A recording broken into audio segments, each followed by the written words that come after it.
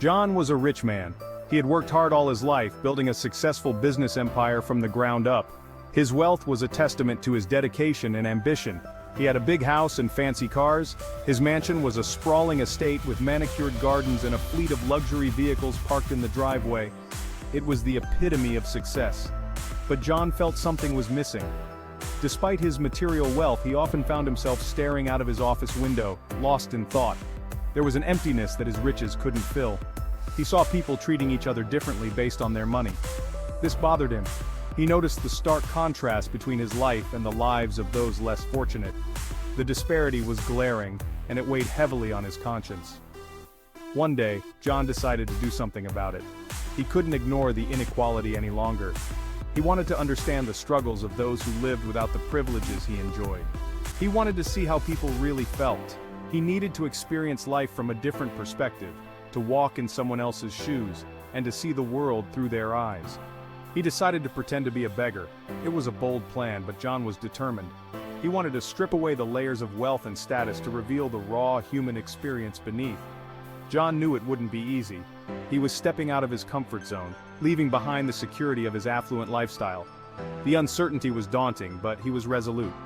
He was used to a life of luxury. His days were filled with opulence, from gourmet meals to high-end fashion. The transition to a life of poverty, even temporarily, was a stark contrast. But he was determined to see the world from a different perspective. He wanted to challenge his own perceptions and understand the realities faced by those less fortunate. He put on old clothes and found a cardboard sign. The transformation was complete. He looked in the mirror, barely recognizing the man staring back at him. It was time to begin his experiment.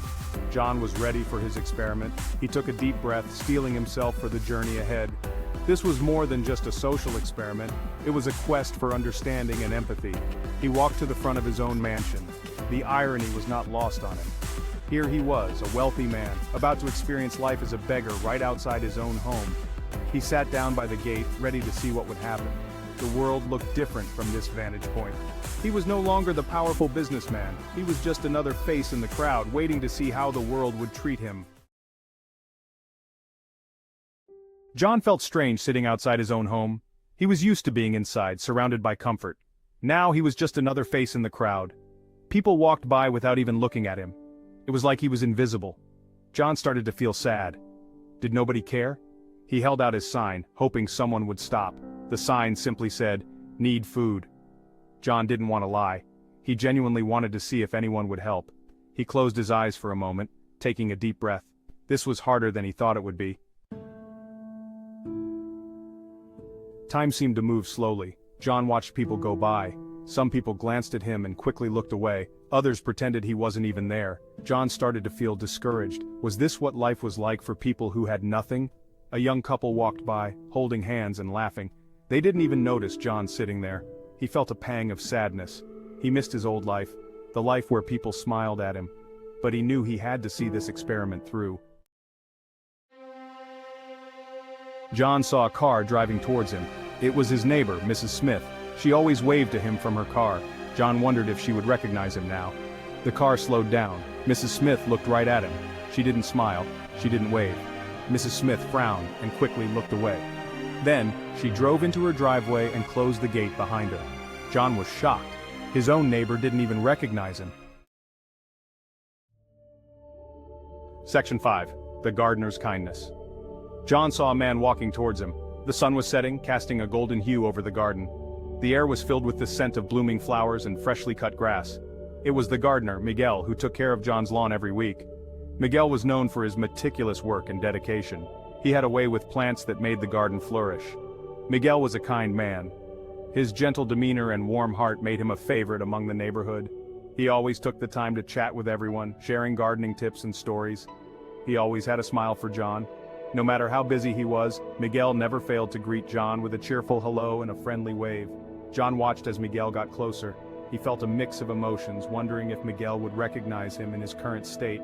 John had been through a lot recently and his appearance had changed. Would he recognize him in these old clothes? John had chosen to dress simply today, hoping to blend in and avoid attention. He felt vulnerable and uncertain. Miguel stopped in front of him.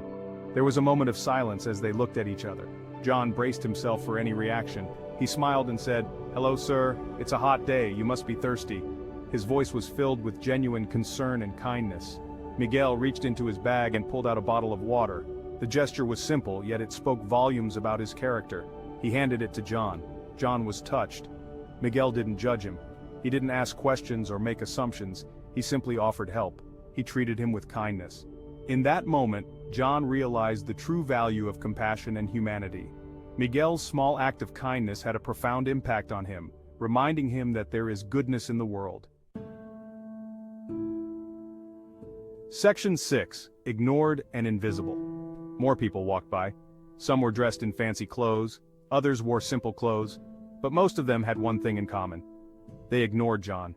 He felt invisible, like he didn't even exist. A group of teenagers walked past, laughing loudly. One of them bumped into John, knocking over his sign. They didn't even apologize. They just kept walking. John sighed. It seemed like nobody cared about anyone but themselves. Section 7. A meal denied. The sun was starting to set. John was hungry. He hadn't eaten all day. He saw a family walking towards him. They were carrying bags of takeout food. The smell made John's stomach growl. He held out his sign, hoping they might spare some food. The family stopped in front of him.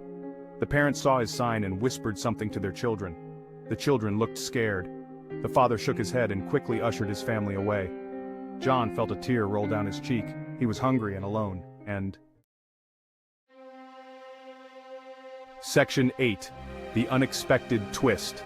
Suddenly, a hand reached out and touched his shoulder. John turned around, his heart racing.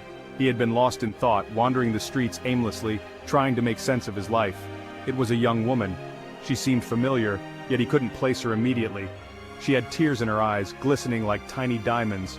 Her face was a mixture of relief and sorrow, emotions battling for dominance. "Dad?" she said, her voice trembling. John was shocked, his mind racing to catch up with the reality unfolding before him. It was his daughter, Emily.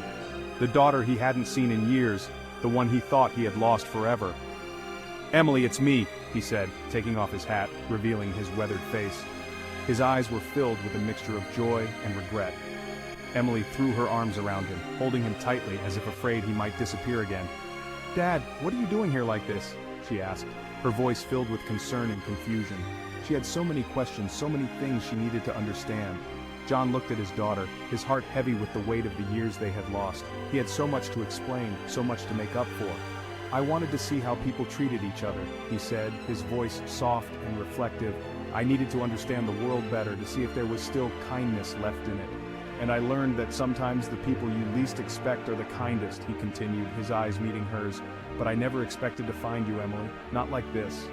They stood there for a moment, absorbing the gravity of their reunion. Then, hand in hand, they walked away, ready to face the future together, with hope and love guiding their steps.